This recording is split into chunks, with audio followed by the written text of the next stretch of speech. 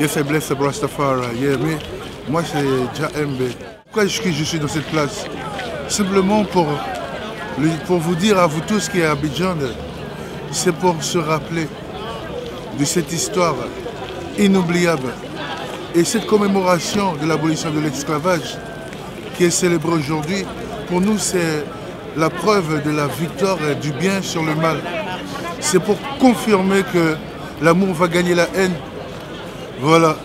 Et sachez que même si on est là à Paris, on est aussi avec vous en Afrique. Parce que cette unité-là, il est indestructible. Voilà. Et je vous souhaite aussi, à vous qui êtes africains, de penser aussi à nous qui pensons à vous, en espérant que le temps viendra où le suprême va pouvoir nous répatrier pour qu'on puisse faire cet États-Unis d'Afrique que Sa Majesté a souhaité. Rappelez-vous que Haile Selassie, en 1960, a établi l'OUA, Organisation d'unité africaine. C'était pour que tous les Africains en Afrique soient unis après l'esclavage. Mais voilà, Sa Majesté a disparu. Et ce qu'il avait souhaité, au fait, c'était les États-Unis d'Afrique. Cela n'a pas encore été accompli. Ce travail nous concerne. Alors à nous de travailler pour réussir cette prophétie, ce rêve, cette victoire finale du bien sur le mal. Rastafari, bless up.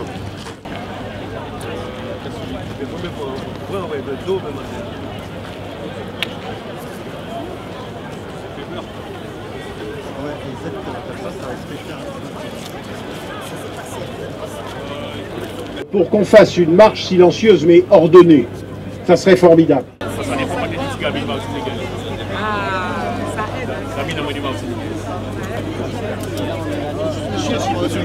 Nous allons nous ébrouer.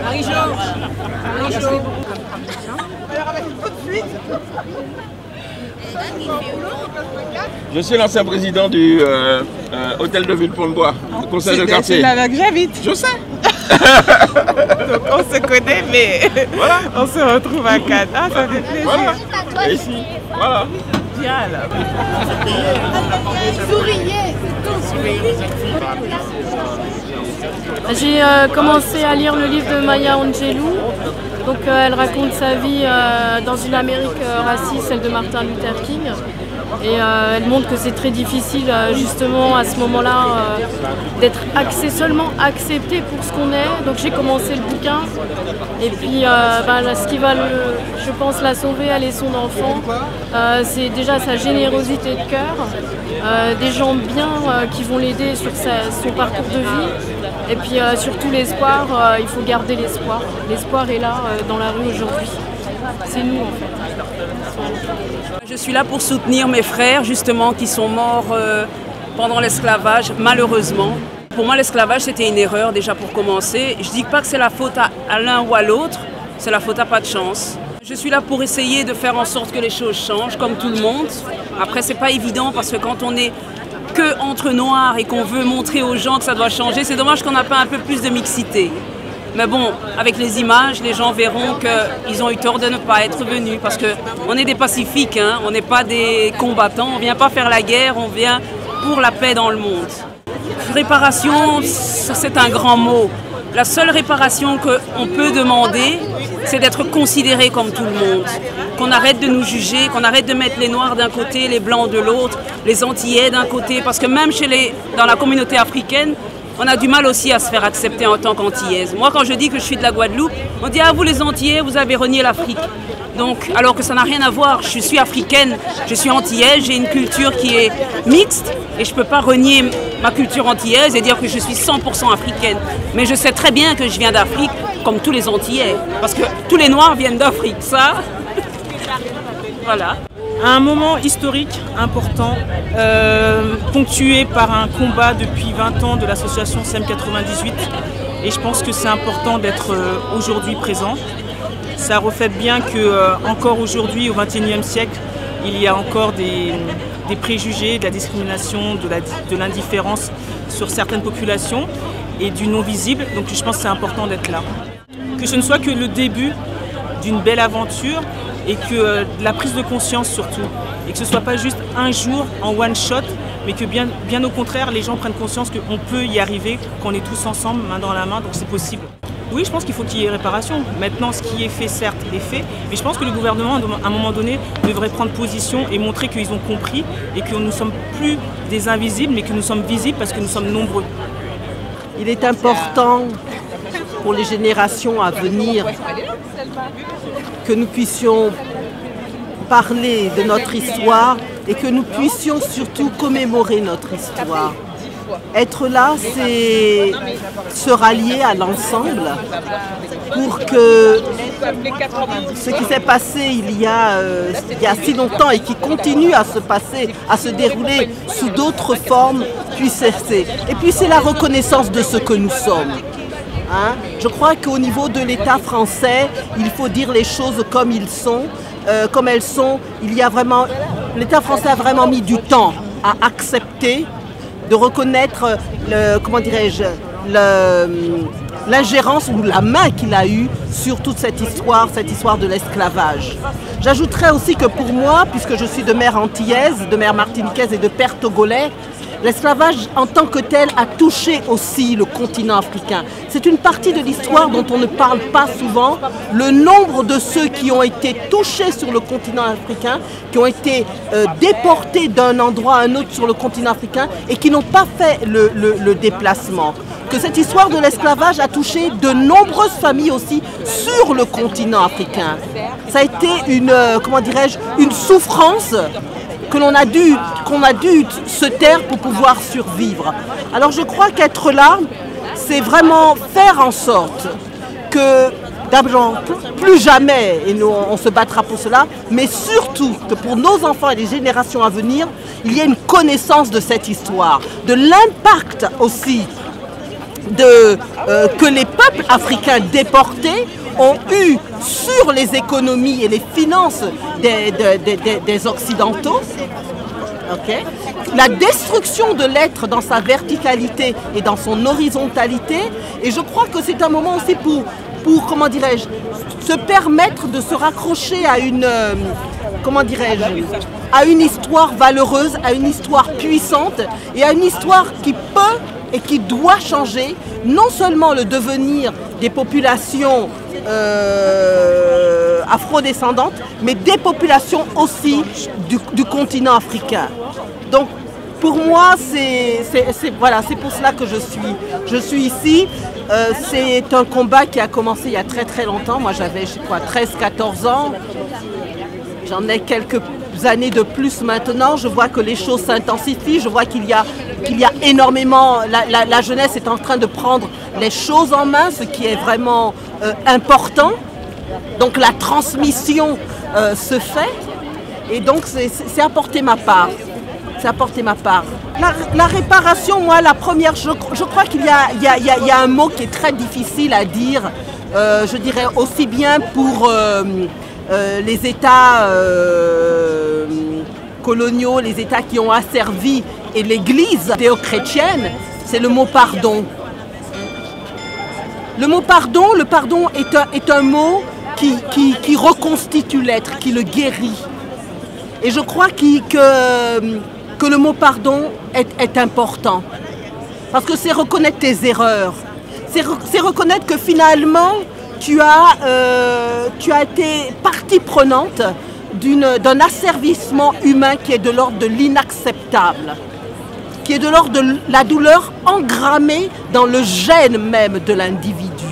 Le pardon est important, la réconciliation est importante, à la fois je dis, des pays qui ont asservi et aussi de l'Église. Et ça, c'est important que l'Église dise pardon. Parce que si cela s'est fait, c'est que l'Église a donné son accord pour que l'asservissement se fasse et que l'Église a dit que le nègre étant touché par la malédiction de Cam, qu'il serait qui nous sauverait. Donc je crois qu'il faut demander pardon. C'est important pour mes enfants. Et quand je parle de mes enfants, c'est tous les enfants qui ont l'âge de mes filles et de tous mes petits-enfants. C'est important. Moi, je fais partie d'une génération où, quand j'avais 14-15 ans dans les rues de Paris, Angela Davis venait d'être arrêtée Et le Nouvel Obs avait sorti un spécial. Et dans ce spécial, il y avait sur 100 pages résumé l'histoire de nos peuples d'Afrique et des afro-descendants. Je découvrais l'esclavage et je rentre à la maison, je demande à ma mère qu'est-ce que c'est cette histoire.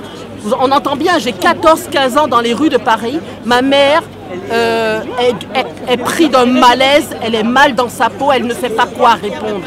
Donc j'ai dû faire mon histoire, j'ai dû apprendre par moi-même. Et aujourd'hui, je suis moi-même grand-mère. Okay. Donc il y a dans les années 68, dans les rues de Paris, cela, on n'aurait jamais vu ça. Donc il y a eu vraiment beaucoup de choses qui ont été faites. Donc ce qui est important, c'est pour demain, c'est pour l'avenir de nos enfants. Et si cela est reconnue aussi la situation actuelle dans laquelle nous continuons à vivre. Parce que tout a un lien. On veut nous faire croire que ça n'a pas de lien. Tout a un lien. Si tu reconnais ce qui s'est passé hier, tu reconnais aussi ton impact sur la situation des nôtres aujourd'hui dans notre réalité actuelle. Il est important de commémorer en fait ce pan de l'histoire qui est oublié des historiens quand même, vraiment, qui est oublié des livres d'histoire. Je pense que tout seul on va plus vite, mais à plusieurs on va plus loin. Et voilà pourquoi je suis là, parce que je pense que c'est important, pas seulement pour moi-même, mais aussi pour les générations futures. Qu'est-ce que j'attends d'une manifestation comme celle-ci? Eh bien, qu'il y ait une prise de conscience en fait. Prise de conscience que, effectivement, comme il disait Aimé Césaire, le retour au pays natal, il est important de savoir d'où on vient pour savoir où on va. Mais aujourd'hui, on n'en est plus là. En fait. On en est au fait qu'il faut avancer, il faut que les choses vraiment changent. Et c'est vrai que le livre des 16 actrices Noir n'est pas mon métier est vraiment, je trouve, arrive à point nommé quelques jours avant cette manifestation. Et c'est très important que les personnes qui ne faisons pas partie des minorités visibles se rendent compte de ce que nous on vit, parce qu'il y a les conséquences en fait de ça. Et c'est pour ça que ce genre de manifestation est si importante. Parce qu'il y a les conséquences, c'est quoi? Les conséquences sont les préjugés, les conséquences sont c'est le fait que en fait, notre vie, et les gens ne se rendent pas compte, mais notre vie, c'est qu'on doit passer notre temps à se battre pour y arriver. Là où une personne blanche pourrait être moyen, nous on doit en faire 10 fois plus pour réussir, être toujours meilleur. C'est bien de vouloir être toujours meilleur, mais il y a des moments où on a juste envie d'être tranquille en fait. On a juste envie de vivre notre vie, avoir une carrière professionnelle sans se dire je suis noir, et donc comme je suis noir, je vais je vais pas y aller parce que je suis noire, parce que je suis une femme. Je veux pouvoir me dire, j'ai envie d'accéder à des postes à responsabilité, des postes intéressants qui correspondent à mes ambitions, sans me dire je vais pas y aller parce que je suis noire ou parce que je suis une femme. Et je suis là pour ça aussi. Je fais pas pour moi parce que je pense que de ma génération malheureusement ne connaîtra pas. Les choses ne vont pas avancer aussi vite que je le voudrais, mais pour les générations futures. Je le fais finalement pour mes enfants, pour mes petits-enfants, et peut-être dans 50 ans ou dans un siècle, peut-être que les choses auront évolué. C'est ce que j'espère vraiment. Tout à l'heure, la dame est intervenue, elle parlait du pardon. Bien sûr, c'est performatif le pardon. C'est-à-dire lorsque dire c'est faire. Dire pardon, c'est déjà avoir avancé déjà dans le processus. Alors, peut-être pas le mot pardon, mais au moins reconnaître ce qui s'est passé, reconnaître les conséquences de ce qui s'est passé. Reconnaître qu'aujourd'hui, si des gens n'embauchent pas de personnes colorées, c'est parce que précisément, elles sont pétries de préjugés. Ces préjugés viennent justement de ce passé qui est comme pas très glorieux. Et ça, c'est bien sûr, c'est important que le catholicisme reconnaisse, ça paraît une évidence. Pas seulement eux d'ailleurs, mais bien entendu, oui. Moi, je suis là parce que je trouve que ces esclaves qui n'ont jamais été reconnus, c'est normal que ça se sache, et c'est normal qu'on leur rende un hommage. Et puis, voilà, qu'on leur fasse honneur. Moi, j'attends rien de spécial, si ce n'est une meilleure entente entre tout le monde, musulmans, catholiques, protestants, noirs, blancs, jaunes, verts, voilà. Ça fait 20 ans 98, j'étais là avec mes enfants. Et là aujourd'hui, malheureusement, les petits-enfants n'ont pas pu venir, mais je suis là. Voilà, je suis là avec mes ancêtres. C'est pour honorer mes ancêtres. Et ils sont là avec nous. C'est ce qu'on comprend. Si on comprend que le fait d'être là, nos ancêtres sont là, c'est important. Et le combat sans les ancêtres ne va nulle part. Et quand on parle de réparation, moi je dis oh que oui, réparation, réparation, réparation. Voilà. Et que ça ne se recommence plus, malheureusement, vous voyez actuellement, il y en a un peu de partout. On ne nous respecte pas. Pourquoi? Parce qu'il n'y a jamais eu de réparation. Il faut réparation. Merci. Monsieur Delary. Attends, je fais une photo. Monsieur Delary, bonjour. Oui, bonjour. Axel Hilary, la dépêche d'Abidjan, ce serait pour recueillir vos propos par rapport à l'événement d'aujourd'hui. Ben, on espère qu'il y aura 4 fois plus de monde. Pardon? On espère qu'il y aura encore 4 fois plus de monde, comme ça on sera encore plus visible. Qu'est-ce que vous entendez de ce rassemblement? Ben, d'être visible, justement. Voilà. Et de pouvoir faire avancer les choses. Le esclavage mérite réparation. Pour réparation, c'est un peu tard, mais bon. On comprend, il y a tout, comment dire, chacun a son point de vue sur la question.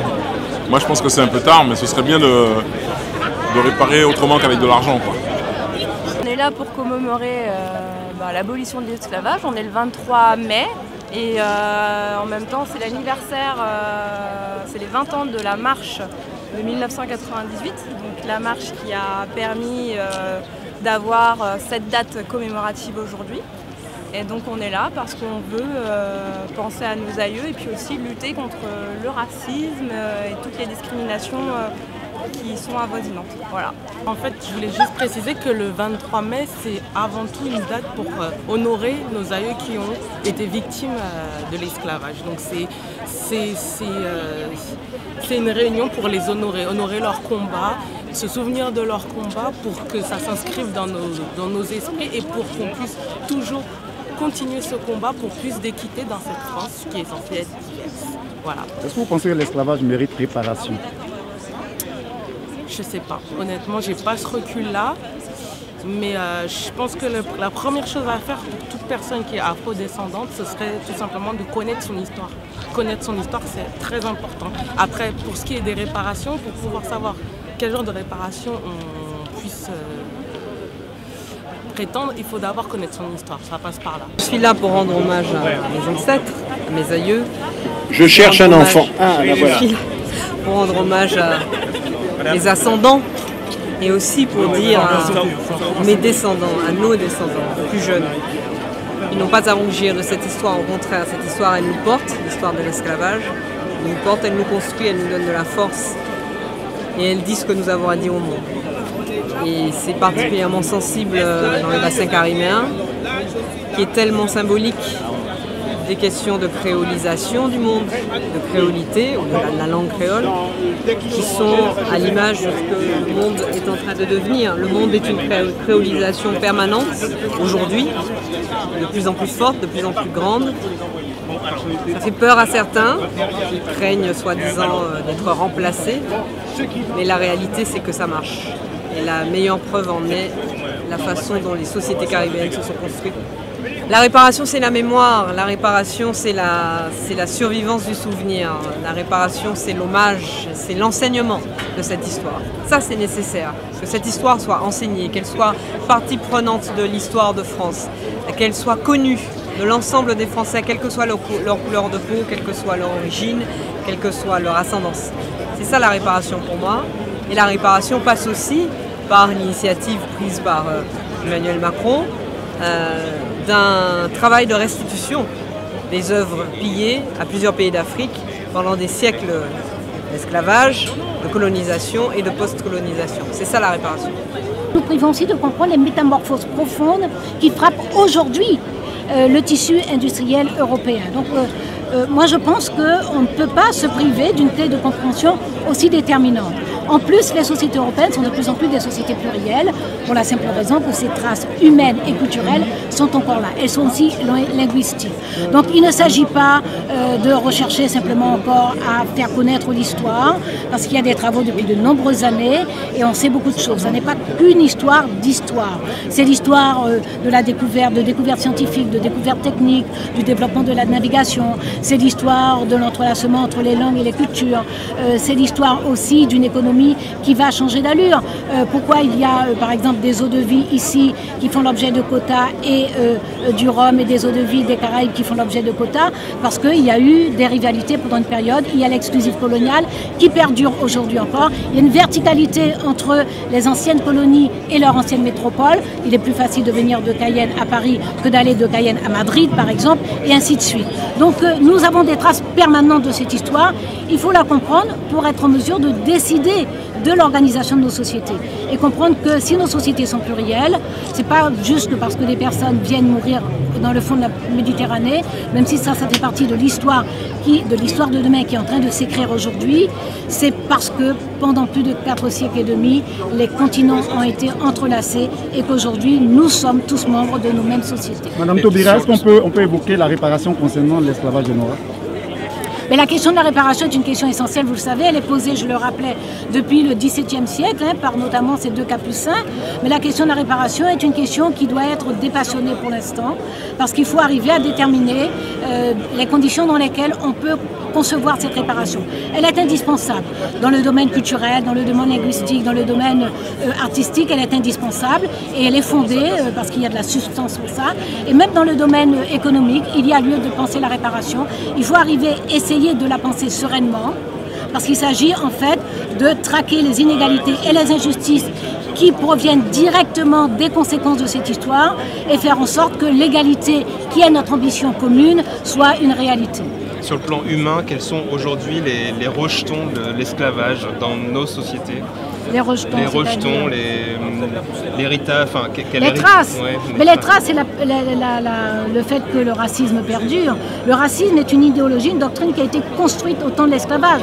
C'est identifié comme ça, je veux dire que, y compris sur le plan de la philologie, au niveau de la langue, de l'émergence du concept, on sait que c'est à la suite de l'esclavage, parce qu'à partir du moment où le système devient industriel et massif, il faut l'expliquer. La manifestation, pour moi, confirme une nécessité de lisibilité de toute la communauté des descendants d'esclaves qui sont là, en métropole et en outre-mer et ailleurs, et demande une reconnaissance. Et c'est la raison pour laquelle je suis là, une reconnaissance de l'histoire, une reconnaissance de cette histoire qui fait encore silence, qui fait encore déni et qui mérite vraiment de lever un refoulement qui n'en finit pas et qui est important d'être dit, d'être nommé pour que toutes les manifestations de violence, de ségrégation ne se répètent pas, et particulièrement à l'heure actuelle où il y a des choses à l'œuvre qui peuvent se lever et qui ont un caractère de violence. Ça agit sur le plan symbolique. La réparation, je pense qu'au-delà de la réparation, il faut qu'il y ait des paroles qui puissent être là, des choses qui puissent se nommer et qu'il y ait une connaissance de cette histoire qui puisse être présente, être là pour tout le monde, blanc comme noir, et que cette histoire puisse se parler un peu tranquillement sans susciter les manifestations de rejet et de violence qu'elle suscite. Il y a plein de choses qui ne sont pas encore justes. Par exemple, la France considère que l'esclavage c'est un crime contre l'humanité, donc ils le reconnaissent. Mais la confusion de l'autre côté, c'est que les criminels n'ont jamais été condamnés. Ils disent oui pour les crimes contre l'humanité, mais le criminel, on fait quoi avec? Il n'y a jamais eu de jugement, il n'y a jamais eu de peine. Ça, c'est aussi une chose qui devront se rendre compte. Parce que vous voyez en Afrique et chez les Arabes, partout où les gens ont fait des choses contre l'humanité, ils ont été jugés, ils ont été sanctionnés même. Le dernier exemple, c'est en Côte d'Ivoire. Gbagbo, il est dans la prison en Europe chez les Blancs. Et pourquoi? Parce qu'ils ont dit qu'il a fait des trucs à son peuple. Mais il y en a aussi d'autres qui font des choses, surtout les colonialistes. Et ils sont comme s'ils sont intouchables. Cela aussi, il faut que dans notre conscience, on sache qu'ils ne sont pas innocents non plus. Ouais. Ok, Africa.